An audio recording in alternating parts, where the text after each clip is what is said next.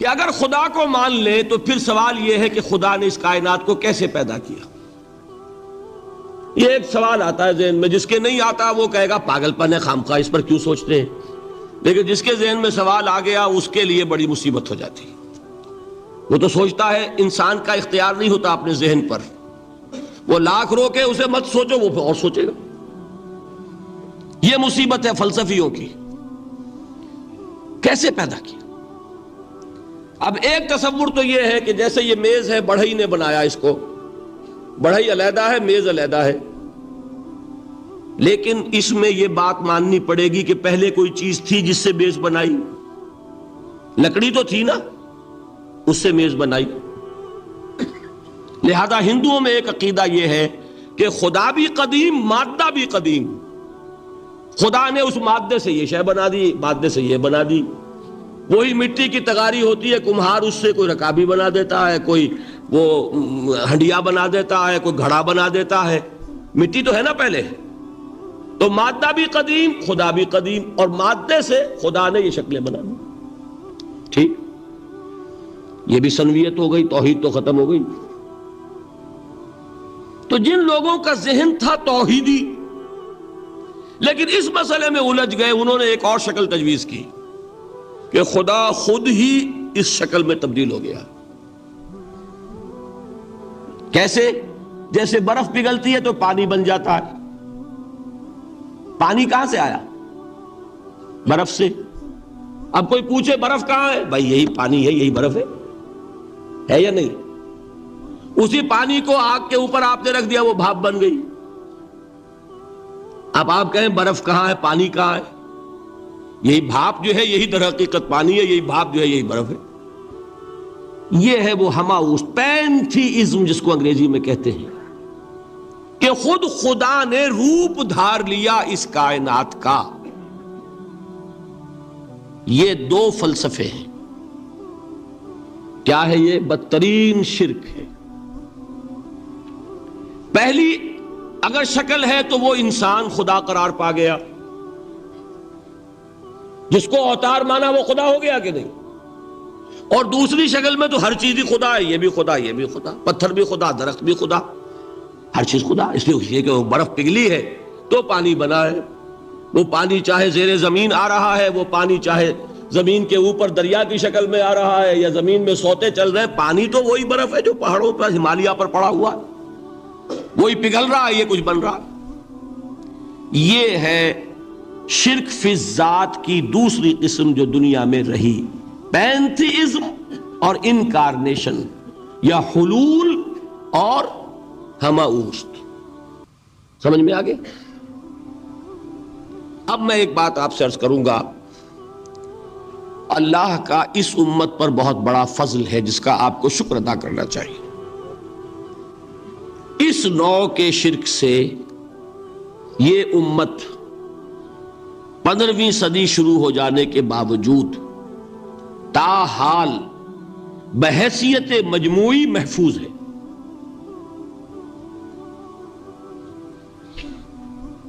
میں نے بحیثیت مجموعی کہا ہے. کوئی افراد یا عوام الناس یا جوہلا یا شعراء یا نعت گو وہ مبالغہ آرائی میں کوئی بات کہہ دیتے ہو تو وہ علیحدہ بات ہے. لیکن مسلمانوں میں کوئی مستند فرقہ اور اس کے جو مستند عقائد ہیں ان میں الحمدللہ آج تک ایسی کوئی چیز شامل نہیں. اس کا جب آپ تقابل کریں گے نا، آپ کا کیا خیال ہے عیسائیوں کو حضرت مسیح سے کتنی محبت تھی؟ اس کا تقابل کیجئے جو محبت مسلمانوں کو رہی حضور کے ساتھ. عیسائیوں کی محبت عشر عشیر نہیں بنے گی. اس محبت کے باوجود کہ ہمیں 10 گنا 100 گنا 1000 گنا زیادہ محبت ہے حضور کے ساتھ، لیکن دیکھیے کہ انہوں نے خدا کا بیٹا بنا دیا. یہاں کسی نے حضور کے بارے میں یہ بات آج تک کہی؟ یہ بہت بڑا کنٹراسٹ ہے نا. یہ در حقیقت عقیدت اور محبت کا غلو ہوتا ہے. تو عقیدت اور محبت کی کمی تو یہاں بھی نہیں، الحمدللہ ان سے زائد ہے. لیکن الحمدللہ ثم الحمدللہ ثم الحمدللہ خدا کا بیٹا تو کسی نے نہیں بنایا. اچھا میں ایک اور کنٹراسٹ آپ کو دکھاتا ہوں تاکہ آپ اللہ کا شکر کریں. حضرت علی کی کیا نسبت ہے حضور کے ساتھ؟ نبی اور امتی. حضرت علی کو خدا کہنے والے پیدا ہوئے کہ نہیں؟ بتائیے نا. کیا وجہ ہے کہ علی کو خدا کہنے والے پیدا ہوئے لیکن محمد کو خدا کہنے والا پیدا نہیں ہوا صلی اللہ علیہ وسلم ورضی اللہ تعالی عنہ؟ بہت اہم بات ہے، غور کیجئے گا اس میں. حالانکہ حضرت علی کا رتبہ کہاں، حضور کا کہاں. آج بھی آپ دیکھیے آپ کے جاہل عوام کے زبان پر نعرہ یا علی مدد کا ہوتا ہے، یا محمد مدد کسی نے کہا آج تک؟ یہ یا محمد لکھنے کے کام آتا ہے صرف. وہ مسجد پہ لکھ دو تاکہ پتہ چل جائے یہ فلاں فرقے کی مسجد ہے، دوسرا خود ہی بھاگ جائے وہاں سے. یہ صرف اس کام کے لیے ہے. باقی جہاں اصل میدان میں بات آتی ہے کوئی نعرہ لگاتا ہے یا محمد مدد. محمد کا رتبہ اونچا یا علی کا؟ تو ان سے کیوں نہیں مدد مانگی؟ یہ سوالات آپ کے سامنے رکھ رہا ہوں میں. پھر یہ کہ جس طریقے سے کہ غوث اعظم کو پکارا جاتا ہے، کیا محمد کو پکارا جاتا ہے؟ کیا نسبت ہے؟ حضرت علی تو پھر بھی صحابی ہے، خلیفہ چہارم ہے، حضور کے چچا داد بھائی ہے، داماد ہے. غوث اعظم تو بہرحال وہ نسبت تو نہیں ہے. دیکھیے میں اس کا تعلق جوڑتا ہوں ختم نبوت سے. جس طرح اللہ نے خصوصی حفاظت فرمائی ہے قرآن کی، اسی طرح خصوصی حفاظت فرمائی ہے محمد الرسول اللہ. یہ اسپیشل پروٹیکشن ہے، ورنہ نہیں ہو سکتی تھی. یہ خصوصی تحفظ ہے اللہ کا. یہاں بگاڑ پیدا ہو جائے تو صحیح کون کرے گا؟ اب حضرت مسیح کی اصل حقیقت تو حضور نے آگے بتا دی. ذالک عیسی ابن مریم قول الحق الذی فیہ یمترون ما کان للہ ان یتخذ ولدا سبحانہ. یہ حضور نے آ کر حضرت مسیح کی حقیقت بیان کر دی کہ نہیں؟ سورہ مریم کی یہ آیات سنی تھی نجاشی رحمت اللہ علیہ نے جب حضرت جعفر ابن ابی طالب کی زبان سے، تو کیا کہا تھا تنکا اٹھا کر، خدا کی قسم جو ان آیات میں مسیح کا مقام بیان ہوا ہے، مسیح اس سے تنکا بھر بھی زیادہ نہیں ہے. لیکن اگر محمد الرسول اللہ کو خدا کا بیٹا بنا دیا گیا ہوتا یا خدا بنا دیا گیا ہوتا تو کون آتا اس کی اصلاح کے لیے؟ جیسے قرآن مجید کا تحفظ ہے ایسے ہی محمد الرسول اللہ کا تحفظ ہے. وہ تحفظ ہوا کیسے ہے؟ جتنا قرآن مجید نے ایمفیسائز کیا حضور کی بشریت کو، قل انما انا بشر مثلکم، اے نبی ان کو بتاتے رہیے، بار بار بتائیے کہ مجھے کچھ اور نہ بنا لینا، میں بھی بشر ہوں، انسان ہوں. ہاں مجھ پر وحی ہوتی ہے، تم پر نہیں ہوتی، یہ فرق ہے. میں رسول ہوں، تم نہیں ہو. یہ بعد میں ذرا اور مسئلہ میں واضح کروں گا. ابھی صرف یہ نوٹ کیجئے کہ یہ تحفظ جو ہے، جیسے قرآن کو تحفظ دیا لیکن اس کے لیے ذرائع بھی ہے نا. یہ حفظ قرآن کا سلسلہ جو ہے یہ اس کا ذریعہ بنا. یہ رمضان میں تراویح جو ہے اس کا ذریعہ بنی. ہمارے ملکوں کے اندر تو حفاظ کو مسجدیں نہیں ملتی، تلاش کرتے پھرتے ہیں. اور ایک جیسا کہ اینول جشن ہوتا ہے قرآن مجید کا، ہر حافظ اپنا حفظ تازہ کر رہا ہے، حفاظ لگے ہوئے ایک دوسرے کے ساتھ تازہ کرنے میں. یہ ذریعہ ہے اللہ تعالیٰ نے کہ جس کے ذریعے سے قرآن کو محفوظ کیا. تو حضور کو جو حفاظت دی اس کا ایک طریقہ کیا ہوا؟ قرآن مجید میں حضور کی بشریت کا نمایاں کرنا، اور دوسرا یہ کہ خود حضور نے ایسی باریک بینی سے روکا. یہ بھی آپ کو پسند نہیں تھا کہ میں آؤں تو تم کھڑے ہو جاؤ. سنا کہ نہیں سنا آپ نے؟ صحابہ کو آپ روکتے تھے.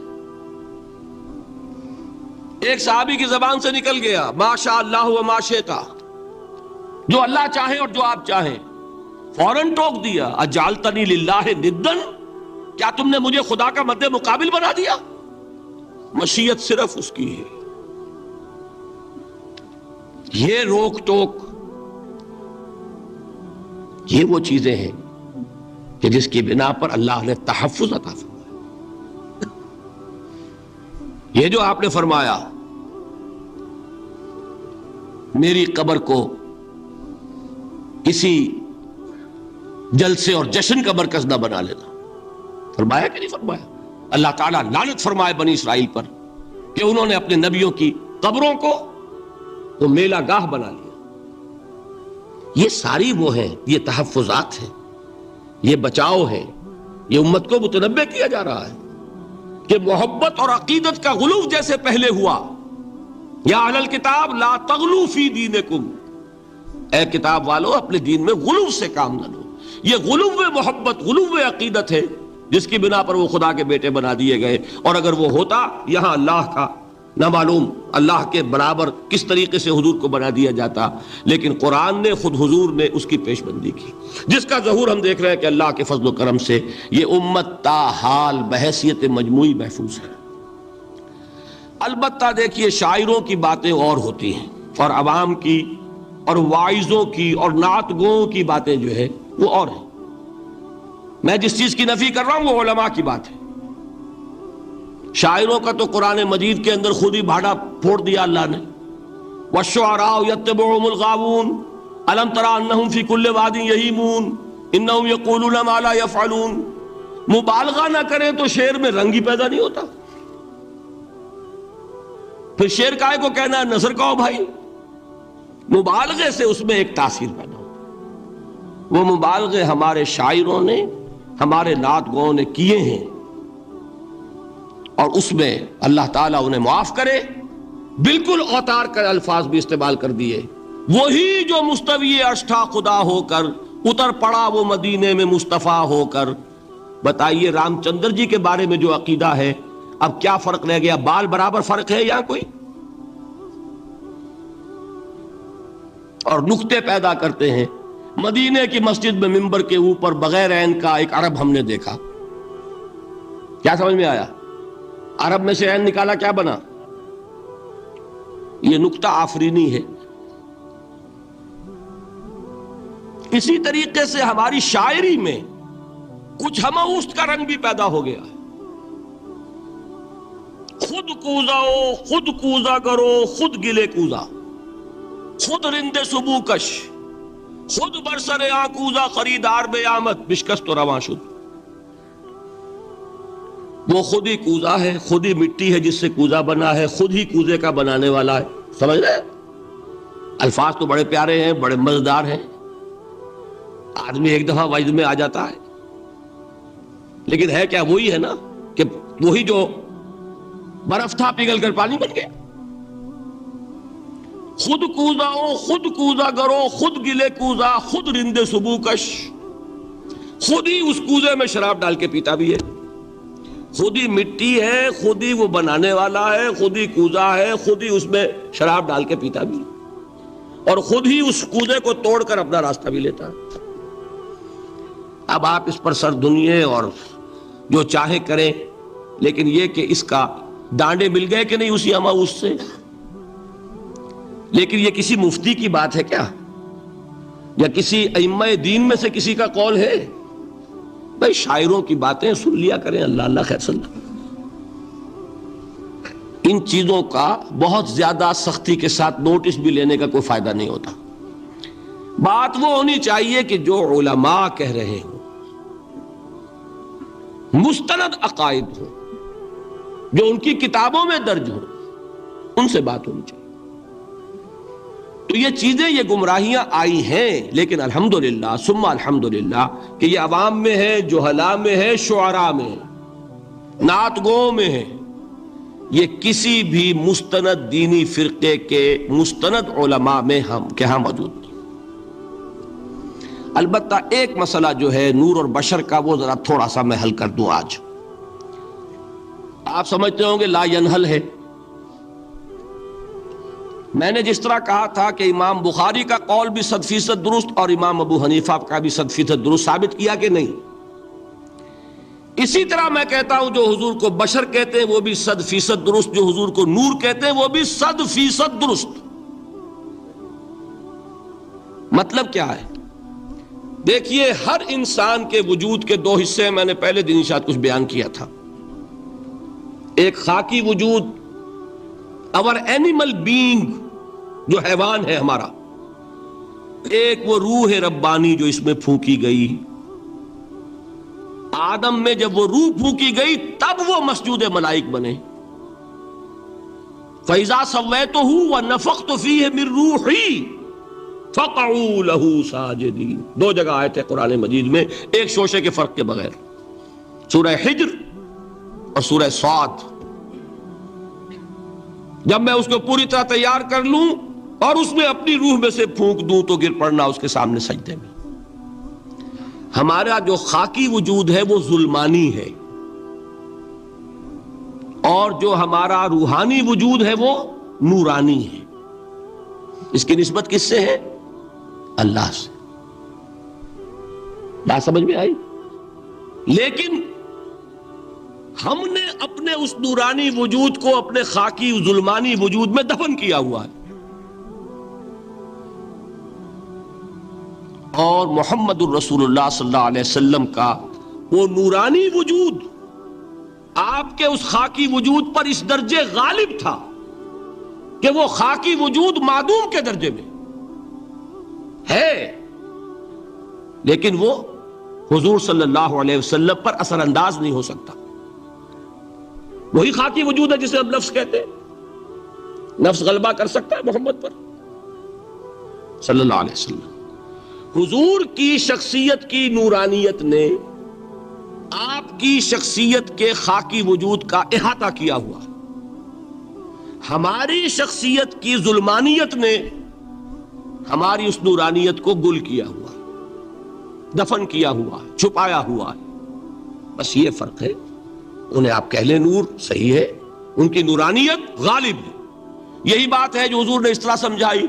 دیکھو، ہر انسان کے ساتھ ایک شیطان ہوتا ہے۔ اب کسی صحابی نے بڑی جرت سے کام لیا، پوچھ لیا حضور کہ آپ کے ساتھ بھی ہے؟ ہر انسان کے ساتھ جو کہا نا، تو انسان تو ہے آپ بھی، جو کہ آپ کے ساتھ بھی ہے۔ آپ نے فرمایا ہے، لیکن میں نے اسے مسلمان کر رکھا۔ بات ختم ہو گئی۔ نفی نہیں ہے،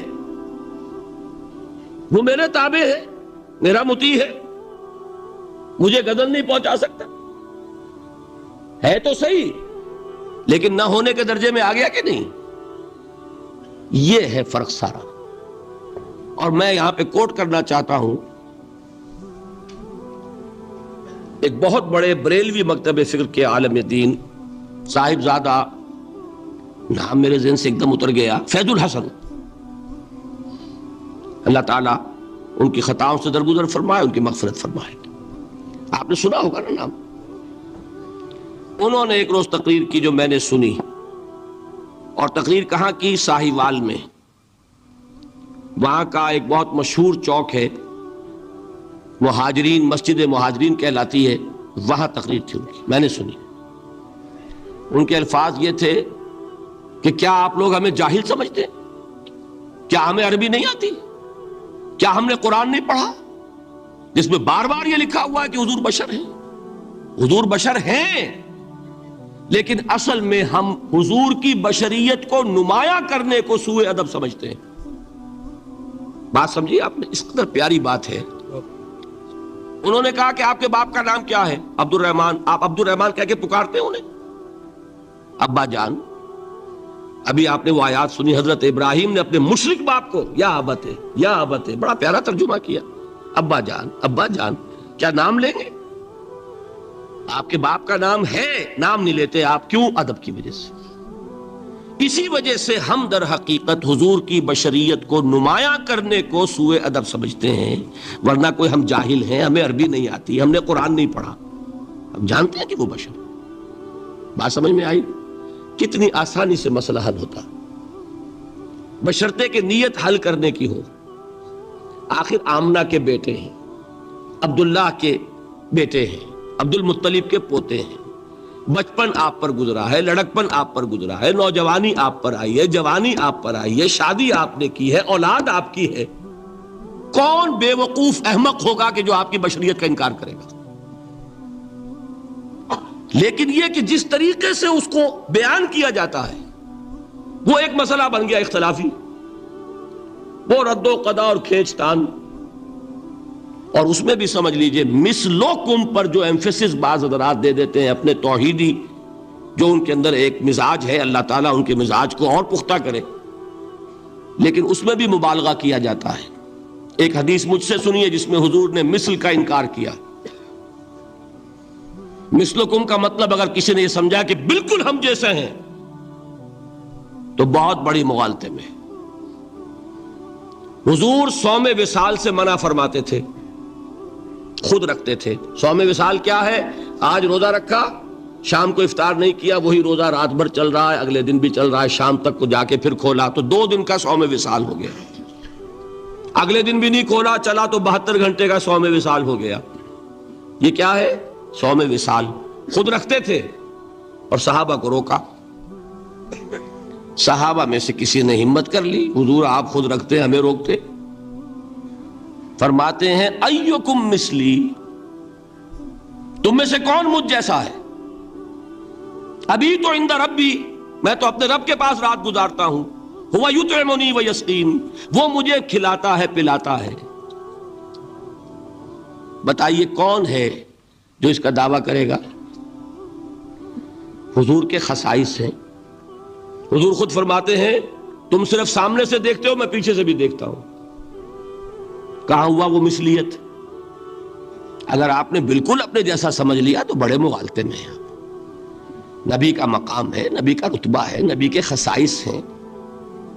آپ سو گئے تو آپ کی نیند، آپ کی وضو ٹوٹ گئی اور نبی سو گیا تو کہاں گئی مثلیت؟ پھر مثل اس معنی میں کہ بشر ہیں، نسل آدم سے ہیں، اس میں کوئی شک نہیں، اس معنی میں مثل ٹھیک ہے، قل انما انا بشر مثلکم، لیکن ہر اعتبار سے تو نہیں۔ سب سے بڑا فرق یہی ہے کہ وہی آ رہی ہے، معراج پہ تشریف لے گئے ہیں، اس دنیا میں بیٹھے ہوئے بھی جنت کا مشاہدہ فرما لیتے ہیں، کرا دیا جاتا ہے، دوزخ کا مشاہدہ کرایا جاتا ہے،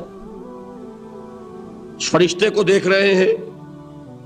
یہ چیزیں ہیں، اور پھر خصائص جیسا کہ میں نے عرض کیا کہ آپ پیچھے سے بھی دیکھتے ہیں۔ آپ کا معاملہ یہ ہے کہ آپ اگر سو جائیں تو آپ کا وضو نہیں ختم ہوگا۔ یہ ساری چیزیں جو ہے ان سب کو بیلنس کیجئے تو معلوم ہوگا کہ آپ بشر بھی ہیں 100% درست، لیکن آپ کی وہ نورانیت، آپ سراج منیر، ہدایت کا روشن چراغ، آپ کی جو روح انور ہے، وہ آپ کے اس جسدی وجود پر اس طریقے سے حاوی ہے کہ گویا کہ اس نے اس کی ظلمانیت کو ختم کر کے رکھ دیا۔ اس معنی میں کوئی کہے نور مجسم تو مجھے کوئی اعتراض نہیں۔ یہ ہے ان چیزوں کو جمع کرنے کی شکل، خواہ مخواہ کی کھینچ تان کے سوا کچھ نہیں۔ بہرحال یہ پہلا حصہ ختم ہوا، شرک فی الذات۔ اب آئیے شرک فی الصفات۔ میں نے عرض کیا تھا کہ یہ ایک بڑا علمی مسئلہ ہے اور اس میں ٹھوکر لگ جاتی ہے۔ وجہ کیا ہے اس کو سمجھ لیں۔ بنیادی بات، ہماری زبان جو ہے وہ بہت محدود ہے۔ ہماری ہی زبان ہے جسے اللہ نے ذریعہ بنایا اپنی ہدایت کا، ورنہ ہمارے پلے نہ پڑتی بات، ظاہر ہے نا۔ لیکن ہماری زبان کی محدودیت ہے۔ اس محدودیت کا ایک مظہر یہ ہے کہ ہم جو الفاظ اللہ کے لیے بطور صفت استعمال کرتے ہیں وہی الفاظ مخلوقات کے لیے بھی کر لیتے ہیں۔ اللہ موجود، ہم بھی موجود۔ اللہ زندہ، ہم بھی زندہ۔ اللہ علیم، تو انسان علیم بھی علیم نہیں، علامہ بھی ہے کہ نہیں؟ یہ تو بڑا مبالغے کا لفظ ہے۔ انسان علامہ ہے کہ نہیں؟ اللہ دیکھتا ہے، بصیر ہے، ہم بھی بصیر ہیں۔ اللہ سنتا ہے، سمیع ہے، ہم بھی سنتے ہیں۔ اللہ کو قدرت حاصل ہے، کچھ ہمیں بھی حاصل ہے۔ ایک مکہ مارا تھا حضرت موسیٰ نے، جان نکال دی تھی کہ نہیں؟ ہے نا کچھ نہ کچھ۔ اللہ چاہتا ہے، ہم بھی چاہتے ہیں۔ اسے دیکھیے چاہت میں وہ ہو گیا تھا جس پر روک دیا حضور نے، ما شاء اللہ وما شئت اجعلتنی للہ ندا، کیا تم نے مجھے اللہ کا مد مقابل بنا دیا؟ دھوکہ ان الفاظ کے اشتراک کی وجہ سے لگ جاتا ہے۔ بات سمجھ میں آئی؟ اب اس میں فارمولہ میں نے عرض کیا تھا کہ ایک نوٹ کر لیں تو مسئلے سارے حل ہو جائیں گے۔ جب ہم کوئی لفظ بطور صفت اللہ کے لیے بولتے ہیں اور اسی لفظ کو مخلوق میں سے کسی کے لیے بولتے ہیں، مخلوق میں سب آ گئے، جمادات، حیوانات، انسان، اولیاء اللہ، فرشتے، انبیاء، رسول، سب مخلوق تو ہیں نا؟ تو کل مخلوقات کو جب ہم ایک لفظ بطور صفت استعمال کریں گے اللہ کے لیے اور اسی لفظ کو استعمال کریں گے بندوں کے لیے، تو ان میں 3 فرق ہیں جو ذہن میں رہنے چاہیے، گن کر یاد کیجئے۔ اللہ کی ذات قدیم ہے، ہمیشہ سے ہے، اسی طرح اس کی صفت بھی قدیم ہے، ہمیشہ سے ہے۔ مخلوقات حادث ہیں، ان کی صفات بھی حادث ہیں۔ حادث قدیم کے مقابلے میں کہ پہلے نہیں تھی پھر ہو گئی۔ ایک فرق، اللہ کی ذات از خود ہے، کسی اور نے تو اس کو وجود نہیں بخشا نا، اللہ کا وجود از خود ہے، ذاتی ہے۔ کسی طرح اس کی صفات ذاتی ہیں، کسی اور کی عطا کردہ نہیں ہے۔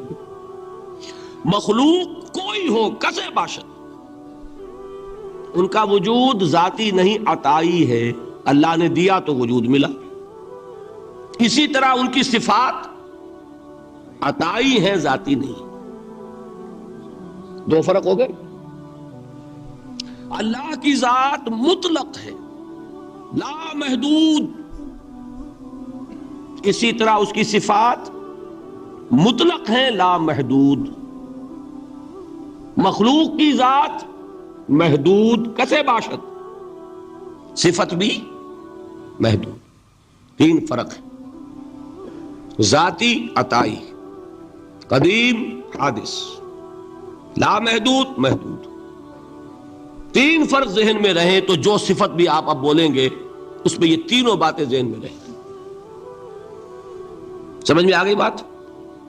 اب اس کا اطلاق کیجئے تو یہ علم غیب کا مسئلہ حل ہو جائے گا۔ یہ بھی لا ینحل سمجھا جاتا ہے نا۔ علم کسی کا بھی ہو، انسان، فرشتہ، اولیاء، انبیاء، رسول، حضور صلی اللہ علیہ وسلم، کسی کا بھی حادث ہے، قدیم نہیں ہے، عطائی ہے، ذاتی نہیں ہے، محدود ہے، لا محدود نہیں ہے۔ 3 باتیں مان لیں، شرک نہیں ہوگا۔ ان میں سے ایک کو ساقط کر دیں، شرک ہو جائے۔ آئی بات سمجھ میں؟ اللہ کی قدرت ذاتی ہے، عطا کردہ نہیں۔ مخلوق میں جس کو قدرت حاصل ہے وہ عطائی ہے، ذاتی نہیں۔ اللہ کی قدرت لا محدود، یفعل ما یشاء فعال لما یرید علی کل شیء قدیر۔ ہم مخلوق کوئی بھی ہو، اس کی قدرت محدود۔ اللہ کی قدرت جب سے وہ ہے ہمیشہ سے ہے، ہمیشہ سے قدرت بھی ہے۔ اور مخلوق میں سے قدرت یہ حادث ہے۔ تینوں چیزیں سامنے رہیں، شرک نہیں ہوگا۔ ایک چیز کی بھی کمی ہو گئی، شرک ہو جائے گا۔ یہ ساری صفات پر لے آئیے۔ اللہ کی حیات ذاتی، ہماری عطائی، لائی حیات آئے، قضا لے چلی چلے، اپنے بس میں نہ آنا تھا نہ جانا ہے۔ زندگی اس کی عطا کردہ ہے، جب چاہے لے لے۔ اللہ کی حیات بھی ایسی ہے کیا؟ ذاتی الحی. ہماری حیات محدود، ویسے بھی محدود، موت آئے گی شاید ختم ہو جائے. چلیے موت ختم نہیں کرتی، ہم سمجھتے ہیں کہ وہ ہماری ابدی ہے. محدود اس معنی میں تو ہے کھانے کو نہ ملے تو کمزوری، ذرا کام کیا تو تکان، نیند بھی آ رہی ہے، اونگ بھی آ رہی ہے. اور اس کی حیات الحی القیوم لا تاخذہ سنۃ ولا نوم. حیات ذاتی ہے، لا محدود ہے اور قدیم ہے. یہاں حیات عطائی ہے اور حادث ہے اور محدود ہے، ساری صفات. اس کو ذہن میں رکھ لیجئے. تو اب دو مسئلے میں یہاں حل کر دوں. جو لوگ کہتے ہیں حضور کو علم غیب نہیں تھا اور جو کہتے ہیں تھا، بدقسمتی سے دونوں نے ڈیفینیشن علیحدہ کر لی. جو ڈیفینیشن نفی کرنے والوں نے کی ہے اس کی وجہ سے، اس کے اعتبار سے واقعتاً نہیں تھا. انہوں نے ڈیفینیشن یہ کی ہے، تعریف یہ کی ہے، وہ علم جو خود حاصل ہو جائے، اللہ کا عطا کردہ علم جو ہے وہ کہتے ہیں وہ غیب نہیں ہے. تو وہ بھی مانتے ہیں کہ ہر علم جو حضور کو حاصل ہے وہ اللہ کا عطا کردہ. میں سائی والی میں یہ سارے مرحلے میں نے طے کیے نا اپنے زمانہ طالب علمی میں. مولانا منظور احمد شاہ صاحب ہیں سائی وال میں ایک، میں ان کے پاس حاضر ہوا. میں نے کہا جی یہ مسئلہ کیا ہے علم غیب کا، مجھے ذرا سمجھائیں. انہوں نے ایک کتاب اپنی نکالی کہ دیکھیے صاحب، ہم حضور کے علم کے بارے میں یہ باتیں مانتے ہیں. حضور کا علم حادث ہے، قدیم نہیں ہے. حضور کا علم محدود ہے، لا محدود نہیں ہے. حضور کا علم عطا کردہ ہے، ذاتی نہیں. میں نے کہا یہ تین باتیں اگر آپ مان لیں تو میرا تو جھگڑا کوئی نہیں آپ سے. ہوتا کیا ہے جب آئیں گے وعظ میں، خطابت میں، تو عالم ما کان وما یکون، اب الفاظ وہ استعمال کر جائیں گے. ایک واعظ ہے، عام مقرر ہے، واہ واہ ہوتی ہی نہیں، نعرے لگتے ہی نہیں، محفل میں گرمی آتی نہیں جب تک کہ ایسے مبالغے نہ کریں. لیکن وہ چیز لکھی ہوئی ان کے ہاں ہے کہ حضور کا علم حادث ہے، قدیم نہیں ہے. حضور کا علم محدود ہے، لا محدود نہیں ہے. حضور کا علم عطائی ہے، ذاتی نہیں ہے. ان تینوں چیزوں کے بعد کوئی بڑے سے بڑا وہابی اور بڑے سے بڑا اہل حدیث بھی انکار نہیں کرتا. باقی یہ بات جان لیجئے کہ غیب اور حضور یا شہادہ یہ در حقیقت عام انسانوں کے اعتبار سے الفاظ استعمال ہوئے. جب قرآن میں کہا جاتا ہے عالم الغیب والشہادہ، اللہ غیب اور جو ظاہر ہے یا موجود ہے سب کا جاننے والا ہے، تو مجھے بتائیے اللہ کے لیے کوئی غیب ہے؟ اللہ کے لیے کوئی شے غیب ہے؟ تو کیوں کہا جا رہا ہے عالم الغیب والشہادہ؟ وہ ہمارے اعتبار سے کہا جا رہا ہے. جو تمہارے لیے غیب ہے اللہ اس کو بھی جانتا ہے، اور جو تمہارے سامنے اللہ اسے بھی جانتا ہے. اللہ کے لیے تو کل شہادہ ہے. کسی شے کا لا یعزب عنہ مثقال ذرۃ فی السماوات والارض، آسمانوں اور زمین کا ایک ذرہ بھی اس سے غائب نہیں ہوتا. غیب کا وجود کیا اللہ کے لیے؟ تو یہ الفاظ مستعمل ہے ریلیٹو ہمارے اعتبار سے، اور ہمارے اعتبار سے جو شے غیب ہے اس میں سے ایک حصہ اللہ دیتا ہے نبی کو، تبھی تو نبی بنا. فرشتے کو دیکھا، فرشتہ ہمارے لیے غیب ہے. جنت دکھائی کہ نہیں دکھائی، ہمارے لیے غیب ہے کہ نہیں ہے. دوزخ کا مشاہدہ کرایا کہ نہیں کرایا، ہمارے لیے وہ غیب ہے کہ نہیں ہے. جو چیزیں ہمارے لیے غیب ہیں انہی کے پردے اللہ کچھ اٹھاتا ہے. کل غیب نہیں. کل غیب کا علم ہو جائے گا تو وہ شرک ہو جائے گا. کل کا لفظ جہاں آیا شرک ہوا. جب آپ کہہ رہے ہیں محدود ہے، لا محدود نہیں ہے، تو کل کا لفظ استعمال نہیں کر سکتے. لیکن غیب میں سے کچھ علم دیا گیا تبھی تو نبی بنا، ورنہ میرے اور نبی میں فرق کیا ہوا پھر؟ البتہ یہ کہ وہ غیب کا علم ہو یا حاضر کا علم ہو، سائنٹیفک نالج ہو یا وحی کا علم ہو، کوئی بھی علم ہو، آیت الکرسی کے الفاظ نوٹ کیجئے، یعلم ما فی السماوات و ما فی الارض، وہ جانتا ہے ولا یحیطون بشیء من علمہ الا بما شاء، مخلوق میں سے کوئی بھی اس کے علم میں سے احاطہ نہیں کر سکتا مگر جتنا وہ چاہے۔ اب یہ بات علیحدہ ہے کہ ہم کون ہے طے کرنے والے کہ ناپیں بیٹھ کر کہ اللہ نے ابراہیم کو کتنا علم دیا، ہم ناپ سکتے ہیں؟ عیسیٰ کو کتنا دیا ہم جان سکتے ہیں؟ تو ابراہیم کا، موسیٰ کا، عیسیٰ کا نہیں ناپ سکتے تو محمد الرسول اللہ کا کہاں ناپیں گے؟ یہ پاگل پن ہے، یہ ہے جو غلطی ہوتی ہے۔ ہم کون ہے طے کرنے والے؟ اللہ نے اپنے نبی کو دیا جو دیا، بات ختم۔ کل نہیں کہیں گے، کل کہا شرک ہو جائے گا، ذاتی کہا شرک ہو جائے گا۔ عطائی ہے، جو دیا اللہ نے دیا، اور کل نہیں دیا، جتنا چاہا دیا، ہے حادث قدیم نہیں۔ تینوں چیزوں مان لیجئے تو شرک کا کوئی شائبہ نہیں ہوگا۔ باقی جہاں ایک طرف قرآن میں وہ آیات ہیں کہ اللہ کے غیب کو کوئی نہیں جانتا، ٹھیک، وہاں یہ بھی ہے کہ لا یظہر غیبہ، لا یظہر علی غیبہ الا من ارتضی بالرسول، وہ اپنے غیب پر قابو نہیں دیتا مگر اپنے رسول میں سے جس کو چاہے۔ یہ دونوں آیتیں قرآن کی ہے کہ نہیں؟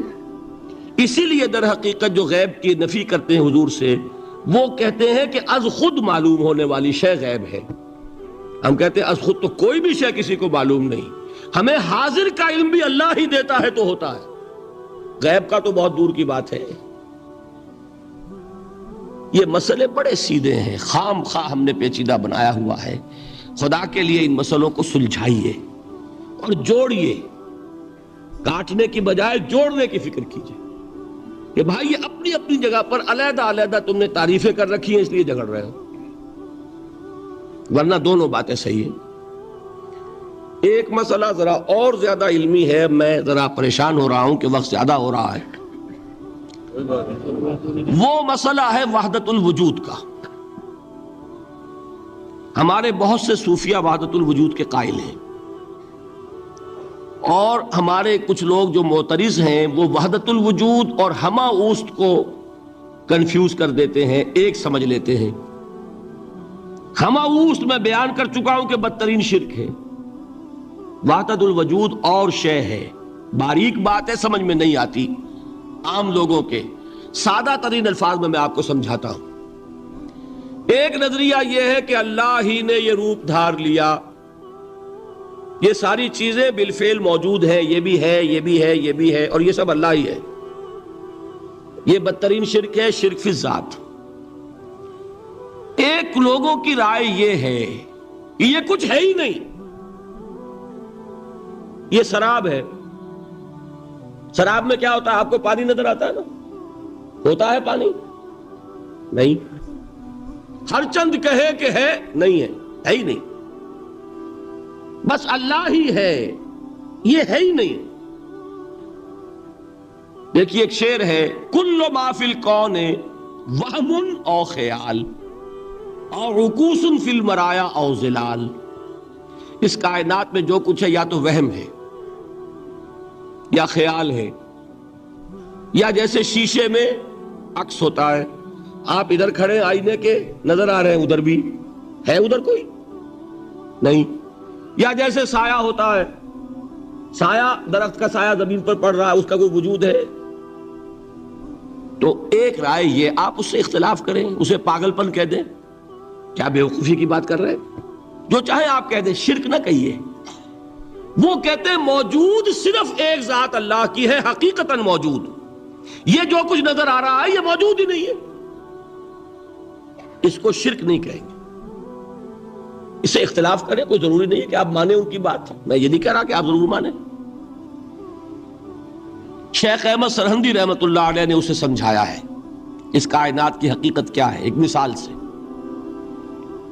ان کے نظریے کو وحدت الشہود کہتے ہیں نا، وحدت الشہود، وحدت الوجود۔ شاہ ولی اللہ دہلوی نے فیصلہ کیا ہے کہ دونوں میں باریک سا فرق ہے، کوئی فرق نہیں ہے، تعبیر کا فرق ہے۔ وہ مثال دیتے ہیں کہ دیکھیے ایک مشعل لیجئے، مشعل کیا ہوتی ہے؟ ایک لکڑی ہے، اس کے ایک سرے کے اوپر آپ نے کپڑا وغیرہ باندھ کے تیل ڈال کے آگ لگا دی، شعلہ جوالا ہے، ایک شعلہ، ٹھیک؟ وہ فرماتے ہیں کہ اس کو تیزی کے ساتھ ایک دائرے میں حرکت دیجئے، آپ کو آگ کا دائرہ نظر آئے گا؟ دیکھنے والے کو نظر آئے گا کہ نہیں؟ کیا دائرہ فی الواقع موجود ہے؟ بات ثابت ہو گئی کہ نہیں ہے، نظر آ رہا ہے۔ یہ فرماتے ہیں حضرت مجدد، ای الصنعت باری تعالی است، کہ معدوم را موجود می نمائند، یہ اللہ تعالیٰ کی صنائی ہے، خلاقی ہے، کہ جو شے ہے نہیں اس کو دکھا دیتے ہیں کہ ہے۔ جیسے آپ نے آج یہ دائرہ دکھا دیا ہے نہیں، اس کائنات کا کوئی وجود نہیں۔ میں پھر عرض کروں گا آپ اس سے اختلاف کریں، اسے نہ مانیں، چھوڑ دیں اس کو، یہ مسئلے ہیں فلسفے کے، لیکن سوال یہ ہے کہ اس کو شرک نہیں کہیں گے آپ۔ شرک وہ ہے جب کہیں یہ بھی شے ہے اور خدا ہے، یہ بھی ہے اور خدا ہے، پتھر بھی ہے اور خدا ہے۔ جب یہ کہا جائے گا یہ ہے ہی نہیں، صرف خدا ہے، تو در حقیقت اس کو شرک نہیں کہیں گے، یہ وحدت الوجود ہے، یونٹی آف بینگ۔ اب اس کو میں ایک اور اعتبار سے سمجھا دوں گا تو مجھے امید ہے اللہ تعالیٰ اس کو آپ پر کھول دے گا۔ دیکھیے، ایک ہمارا علم، ایک اللہ کا علم، ٹھیک؟ جب تقابل کریں گے تو کیا کہیں گے؟ اللہ کے علم کے مقابلے میں ہمارا علم ہے ہی نہیں، ٹھیک؟ اللہ کی قدرت کے مقابلے میں ہماری قدرت زیرو، اللہ کی مشیت کے مقابلے میں ہماری مشیت کچھ نہیں۔ وما تشاؤون الا ان یشاء اللہ، تم چاہ بھی نہیں سکتے جب تک کہ اللہ نہ چاہے۔ تو کیا ہوئی؟ خاک ہوئی۔ یہی آتے ہیں نا جو حدیث جس میں کہ دعا استخارہ حضور نے تلقین فرمائی، اور صحابہ فرماتے ہیں کہ حضور نے ہمیں اس طرح سکھائی یہ دعا استخارہ جیسے قرآن سکھایا۔ اس میں الفاظ کیا ہیں؟ فَإِنَّكَ تَعْلَمُ وَلَا أَعْلَمُ وَتَقْدِرُ وَلَا أَقْدِرُ، اے اللہ تجھے قدرت حاصل ہے، مجھے کوئی قدرت حاصل نہیں۔ اگر ظاہری الفاظ پر جائیں گے تو یہ تو خلاف واقعہ بات ہے۔ کیا حضور کو کوئی علم حاصل نہیں تھا؟ یا تو حضور فرما رہے فَإِنَّكَ تَعْلَمُ وَلَا أَعْلَمُ، یا چلیے اگر کوئی اور عام انسان کہتا ہے میں نہیں جانتا، تو کیا کوئی علم حاصل نہیں اسے؟ کچھ نہ کچھ علم تو ہے نا۔ لیکن اللہ کے علم کے مقابلے میں وہ نہ ہونے کے برابر ہے۔ اسی طریقے سے سمجھ لیجئے اللہ کے وجود کے مقابلے میں اس کائنات کا وجود نہیں ہے۔ بات ختم ہو گئی، مسئلہ صاف ہو گیا۔ حقیقی وجود صرف اللہ کا ہے، یہ اعتباری ہے، یہ ٹرانزینٹ، آل از چینج، پینٹارائم، بدل رہی ہے ہر شے، کسی چیز کو ثبات نہیں۔ آپ ایک لمحے پہلے جو آپ تھے وہ آپ، ایک لمحے بعد وہ آپ نہیں ہیں، بدل گئے آپ۔ ایک تسلسل ہے آپ کا کہ آپ سمجھتے ہیں کہ آپ وہی ہیں کہ جو آج سے 10 سال پہلے تھے۔ کیا آپ وہی ہیں؟ بدل چکے، خون پورا بدل چکا، نہ معلوم کتنی دفعہ بدل چکا، کھال بدل چکی۔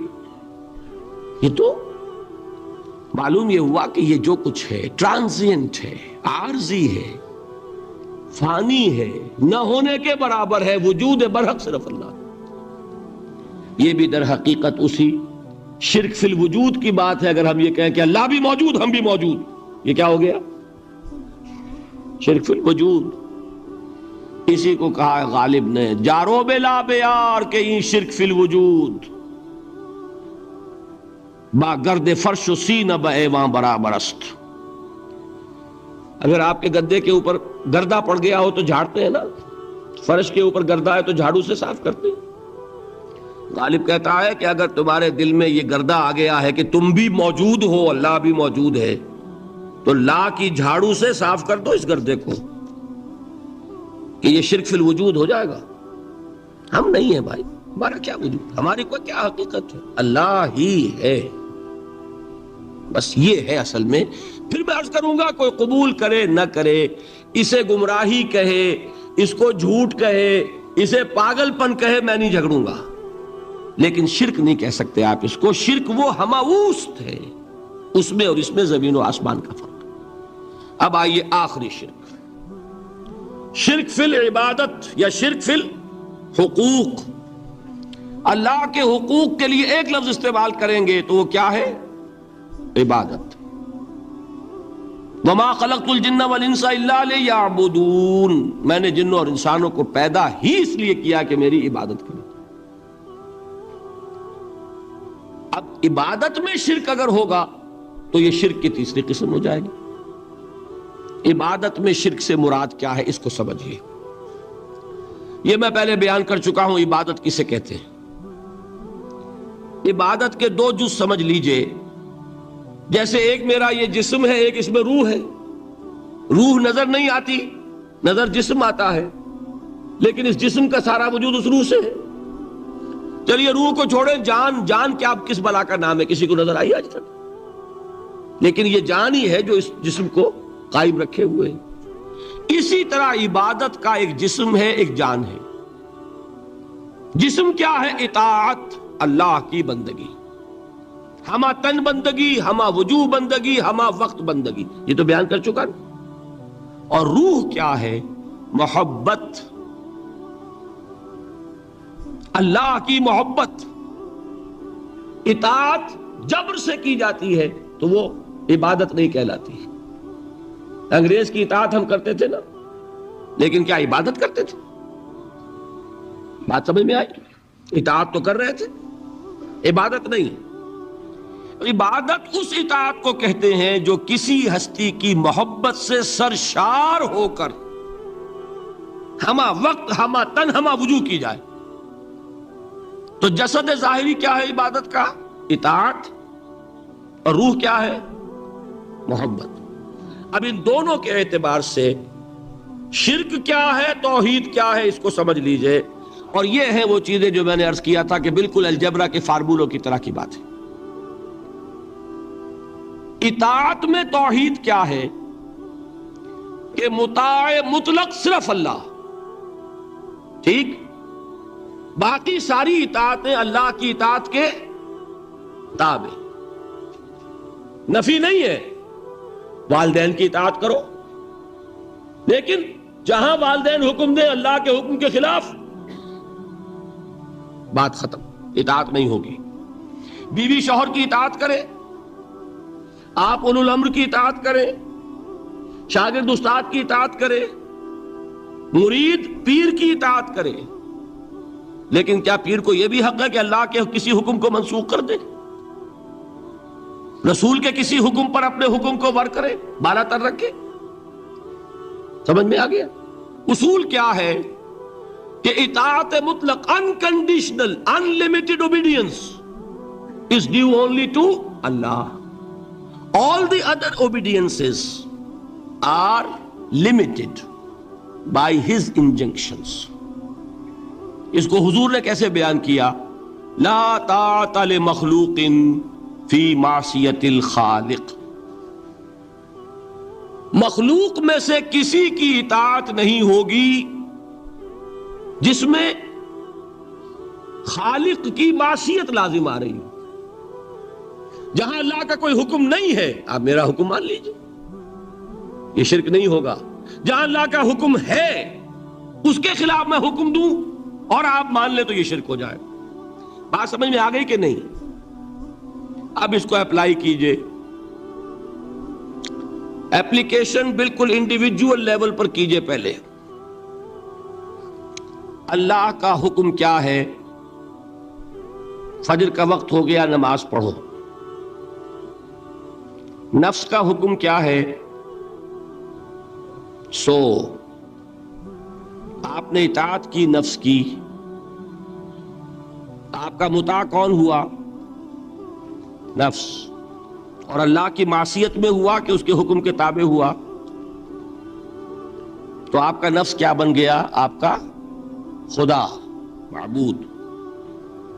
یا غلطی ہے اس میں کوئی؟ اس شرک کو پہچانیے ذرا. کون بچے گا اب؟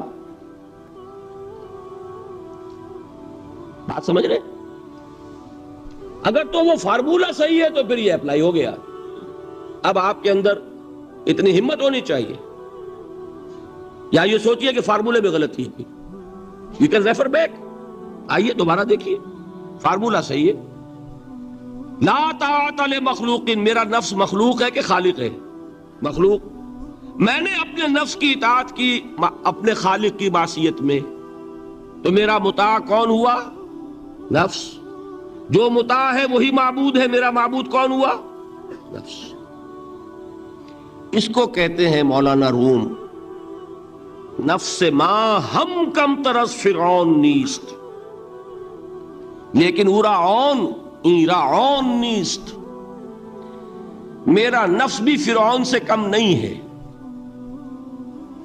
فرعون نے کیا کہا تھا کہ یہ مملکت میری ہے مصر کی، یہاں میرا قانون چلے گا. الیس لی ملک مصر، کیا مصر کی حکومت میری نہیں ہے؟